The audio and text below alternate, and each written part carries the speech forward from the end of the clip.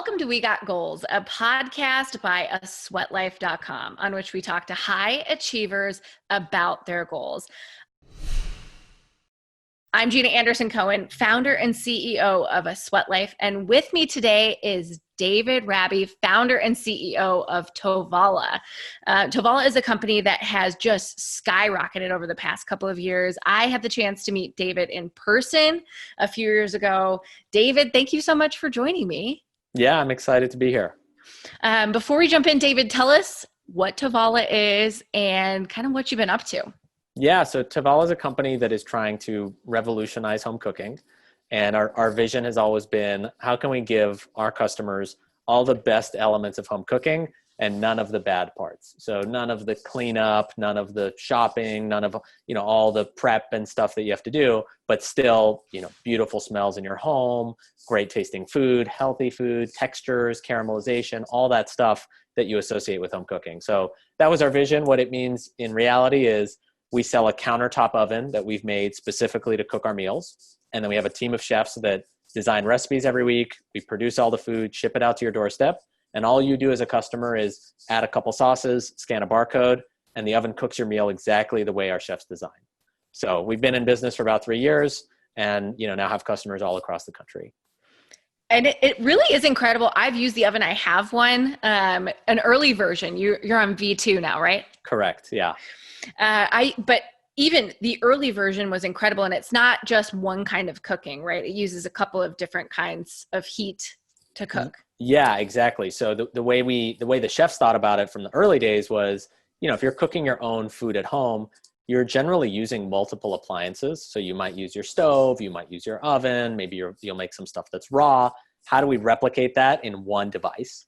And so what happens when you scan the barcode is every meal actually changes functions over the course of that cooking cycle, as we call it. So if you scan a salmon dish, for example, it's going to steam for a bit to get everything nice and moist and juicy. Then it's going to bake, and then it will finish with a broil so that your side gets like a nice brown on it. Your salmon maybe caramelizes if there's a sauce. So it's the same as using multiple appliances, but it's all within the oven. And as a customer, you don't do anything. All you do is scan the barcode, and then the oven kind of does its magic thing. It's pretty wild. I'll link to Tavala and some of the videos in the show notes that sort of show you how it works and why it matters to you home chefs, so you can see for yourself. But David, I want to talk about your background because it's so fun how your journey kind of brought you here. You, after college, you taught English abroad, right? Yes. Yeah. I moved to China for a period of time and was teaching English in Shanghai. And then what brought you to food from there? So I had been passionate about food from when I was about 18 years old, and I knew it was the industry I wanted to work in. And my kind of foray to China was in some ways a way of delaying the real world and also trying something abroad. And at the time, there was a lot of opportunity in China. So I thought I would go out there and see if there was something that would stick. And there was definitely a lot of opportunity, but I didn't want to live there long term. And so decided to move back to the US and pursue something in food that was a little closer to a passion of mine. Yeah. And from there, you had a stopover. You worked on a little startup, right? I hate to say little, but it was a project. Yeah. So after spending a few years in the food industry in a few different roles, as a side project, initially I started this mobile app for sports fans. And that was my first foray into the tech world. And it got me really excited because of the speed of change, how quickly you could reach a lot of people at once, all of the opportunity in the tech space. And my experience in food up to that point had been really in traditional food, which, I was passionate about, was not as fast moving of as an industry. There was no technology that was being injected. And so this project, the biggest thing it accomplished looking back is that it introduced me to the tech world in the US. And it kind of changed my thinking around what I wanted to do from just purely something in food to a marriage of food and technology. It gave you the bug. Yes. And then from there, you went to Booth, where you won the New Venture Challenge. Yeah, I'd always wanted to go to business school, and I thought business school would be a really good launching pad for whatever business I came up with. And fortunately, Booth has this great business plan competition called the New Venture Challenge that Grubhub had won 10 years before us. Braintree had won 9 years before. Simple Mills had won the year before us. So somewhat coincidental that they had all these food companies that had done really well. And I saw that as like, if we could win the NVC or come in second or third, it would be a great jumping off point post-graduation to actually turn this class project into a real business. And it was Tavala. You entered with Tavala. Yes. Yeah. So I had the concept for Tavala that I'd come up with 4 or 5 months into my time at business school, but because I was so busy and I still wanted home cooking, that was kind of the germ of the idea. Is I don't have time to cook for myself anymore, but I don't want frozen food. I'm tired of ordering delivery. How can I get the home cooked meal? And so that was the concept we took through the New Venture Challenge. We had a very early prototype. We had the business plan put together as a 60-page business plan. And then we did this presentation in front of a bunch of investors, and clearly they saw something there because we won. But we were a very long ways away from turning that into reality. And then you became a part of a prestigious group of folks. You were a Y Combinator company as well. Yeah, we were really fortunate to get into YC, and it was our second time applying. So we had applied once and not gotten in. Before we had a prototype, we were just too early for the accelerator, and they told us that. But then we got in, and we moved to Silicon Valley in the winter of 2016 for 4 months, and it was an amazing experience. I think even just connecting me closer to the initial team that got the company off the ground, that's all still with us today. And then just learning from YC all the different tenets of how to build a fast growing startup, some of which we still use and apply today. And here we are today. Was it June you closed your Series B? Correct. Yes. Which is a big deal. I'm going to report on what I saw. It was a $20 million round, which gives you capital to grow the company. Yeah, it's a lot of money. I remember the very first round of funding we raised was $500,000, and it took us 7-8 months to get that together. And it was such a big deal for us that we'd raised that amount of money. So I try not to lose sight of that when we raise a big round like this. But the business is in a very different place now. The business is at a point where we have product market fit. We have customers that love what we're doing. We're clearly solving a big problem. And now it's just, how do we do it in a much bigger way? Yeah. And before we jump into your goals, I'm curious how COVID has impacted the company. Obviously, people are cooking more at home than ever. Yeah, I'd say in a few ways. So externally, demand for our product has gone up. So it's really good from a growth standpoint. I'd say internally, for the first month or so, it was very chaotic and difficult because the majority of our team produces food in 2 facilities that have to stay up and running if we're going to stay a business. And before there was a lot of information on what to do and how to stay safe, it was a very stressful period for us. So we've been really fortunate to not have any breakouts of COVID in any of our facilities. We've implemented, I'd say what is now probably pretty standard in terms of all the different safety protocols, but we did it pretty early. We brought in an outside consultant, an epidemiologist, like a week into this thing. And she really helped us separate what was real and not real, and get ahead of putting in safety procedures. So, to the extent that you can call what we're doing normal now, it is normal. But again, there is this undercurrent of COVID that is still very much there for the majority of our team. Okay, let's jump in. David, talk to me. What is a big goal that you set and accomplished, and why was it important to you? Yeah, so as I was thinking about this and reflecting from a really young age, probably when I was 5, 6, 7 years old, I always wanted to start my own company. And I had the mobile app, but it never, I'd say it never went from the project phase to the company phase. And I don't know where the line is. Maybe I joke that it's when your parents stop calling it a project. That's when you know.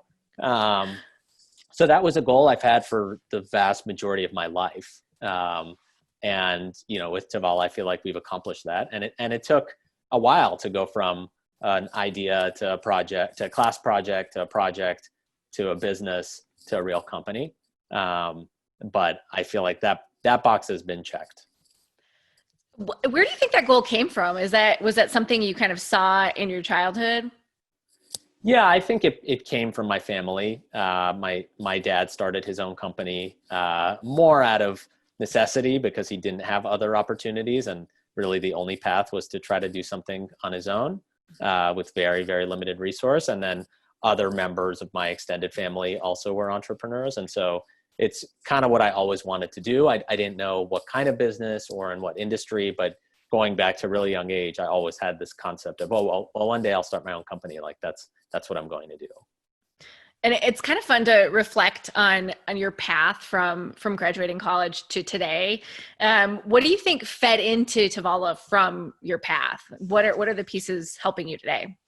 Yeah, it's a great question. I think, there's some stuff that has been super helpful. There's some stuff that I wish I had done that I didn't do that would have been really helpful now. But each stop along the way was kind of important in different ways. So one that, is very practical. I spent a little bit of time at a PR firm, and for up until, I don't know, 7-8 months ago, I was still leading our PR efforts because I had done it before. And it was not difficult for me. I could do it with a small amount of work and effort. Now we're doing much better PR now that I'm not doing it full time. But early on, when we had very limited resource, that was just like a box I could check that I could take care of, and it helped drive a lot of our early growth. So that's one example. I'd say I got a lot of management experience with one of the food businesses I was running that has helped immensely now. But then, a lot of what I'm doing now is totally new. And had I had other experiences before, it might have helped. Yeah, it's really interesting too. I think you reached out to me originally I think so, when we first met. Yes. I didn't even think about that. I don't think I put it together like, oh, the CEO of this Y Combinator company is doing his own PR. Right. That's fun. Was it fun to kind of offload that job? Yeah, I think that's been my MO since day one, is I should just be giving away my job as much as I can. And we try to tell our team that that's their goal. It's like, how can you give away your job so you can focus on higher impact things? So yes, there's very few Legos that I have not been happy to give away to someone else. I love that. And that's great leadership advice too. If you're listening at home, give away your job. You do not need to do the things you used to do to get to where you want to go. Is there another example of something you've given away? Oh yeah. I've given away so much of my job versus what I was doing in the early days. I'd say the Lego that I held closest, that like now I'm still very, very closely involved, but our COO Taryn plays a much bigger role, is with our investor relations. And that has become a bigger and bigger job as our business has grown. So it wasn't feasible for me to own that. But now she plays a huge role in that in a way that wasn't true 18, 24 months ago. And I'm sure that it was probably a big job for you to do fundraising as well when you were out there asking for the money. Correct. And that's a job that I will probably never truly give away. I think there's certain things that the CEO has to always do, but the support for that, I think, has had to grow. Yeah. So let's talk about what it meant to you when you realized that Tavala went from project to company. Was there kind of a point when you realized it and when your parents stopped calling it a project? It's funny. I don't have like a specific moment in time. I think when we won the New Venture Challenge, we still weren't quite there. It's like, oh, we won this, school competition. It's legit. All these other companies have won it. But nevertheless, I graduated and we had no employees, no revenue, one like kind of working prototype. So it still felt like a project. Probably either when we were in Y Combinator, when we had raised some money, or after the Kickstarter campaign, because the Kickstarter campaign was the first real revenue that we drove. And that was like the forcing mechanism to say, all right, now we have to have a real business now, because all these people bought our product. So we have to make the product and deliver it. And now there's a ticking clock to make that happen. Oh, let's talk about that. How many people bought the product in your Kickstarter? Almost 1,000. So it was a lot of people. And I think, probably 20% of those were friends and family, 25%. So it was not a majority. And I think for all of us, it was a little eye-opening of, okay, this has extended well past our networks. Now this is kind of real. and we have to deliver. All these people have paid us money. We have to deliver and go build the business. Oh my gosh.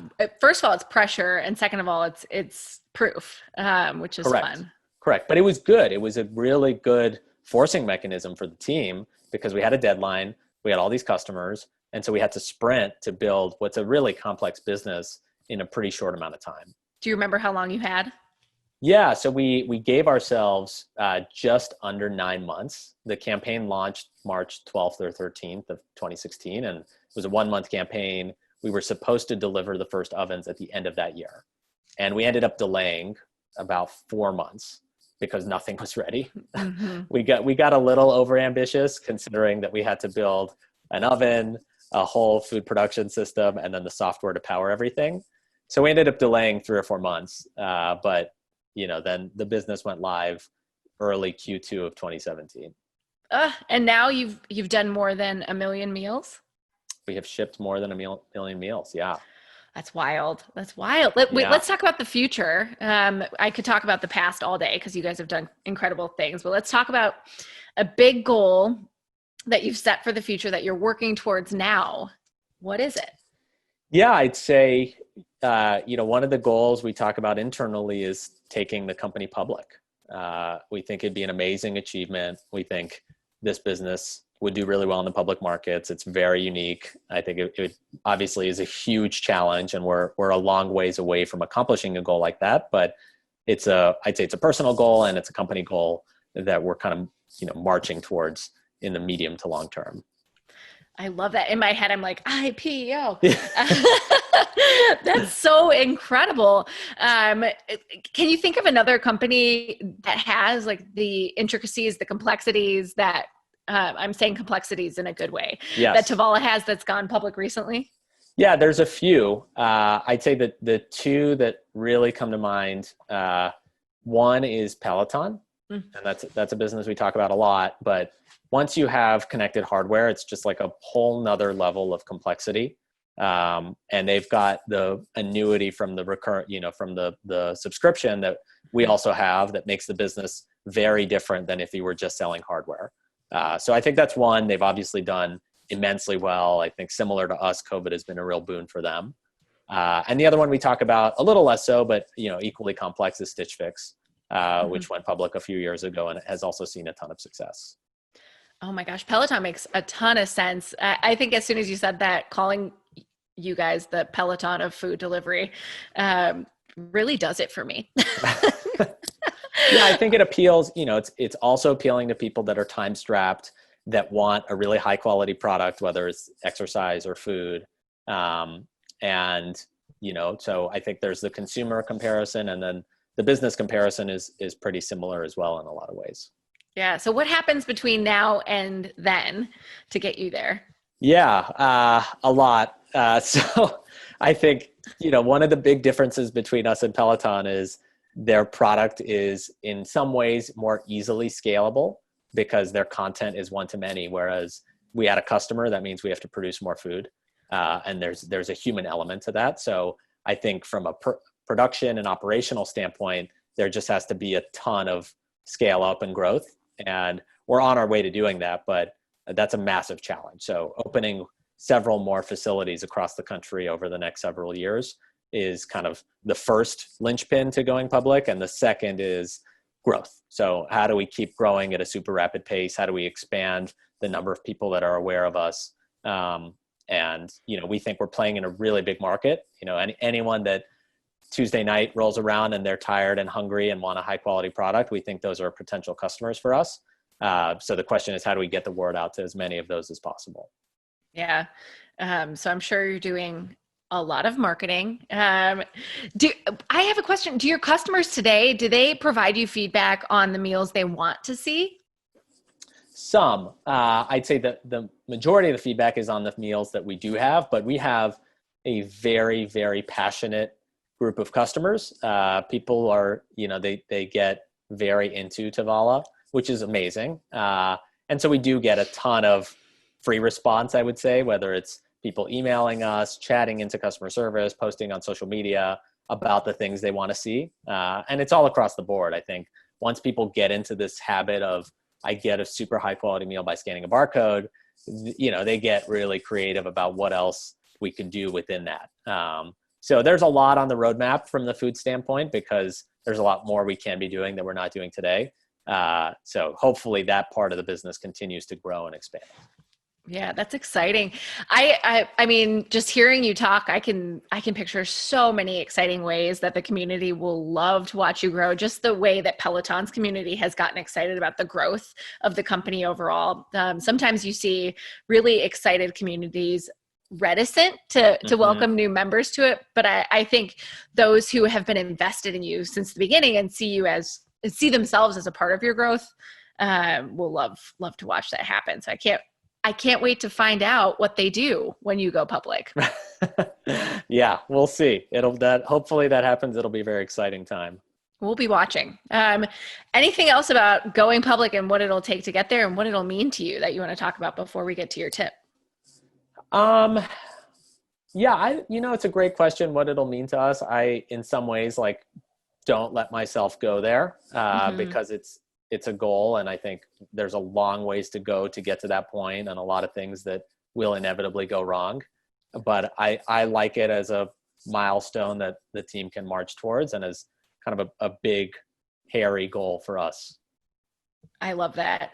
And I think it's interesting to point out the mental state you just pointed out, that you just talked through, that you don't want to get there too soon or think too much about it. It's almost like removing the element of not getting your hopes up, but putting yourself in the state where you are already there in your head. Yeah, and I would say, because it's really far from an inevitability. There's so much that we have to do right to take this company public, that I definitely don't take it for granted that that's going to happen. We're a long ways away from that. The company is still pretty young.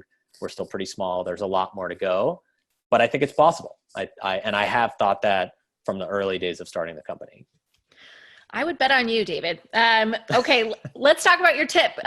During COVID, we talked to a lot of tastemakers, entrepreneurs, and just general health and wellness enthusiasts about what they were doing to stay healthy, productive, and sane while doing everything from home. So tell us, David, what is your tip?